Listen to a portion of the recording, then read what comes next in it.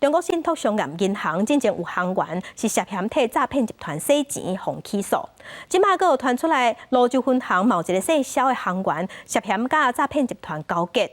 新北地检署5月16日时有派警察去敲这个行员伫银行的座位和因兜的徛家。那这个行员即马已经互法院裁定收押禁见。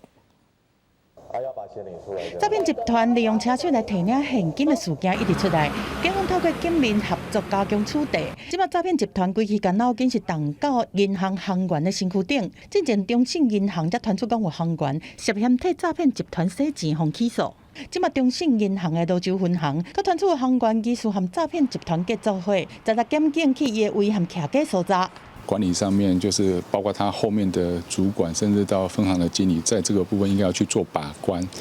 那再来就是说，可能因应诈骗集团，它有一些手法，比如说他可能已经特定跟某个员工有勾结了，那这个部分可能在日常的一个稽查。 也是应该要去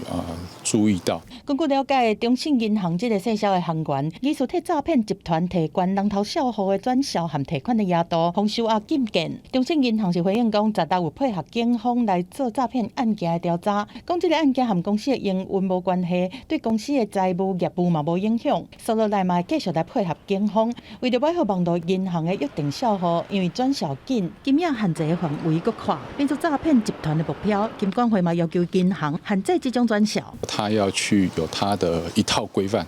那让行员就是说了解说这个是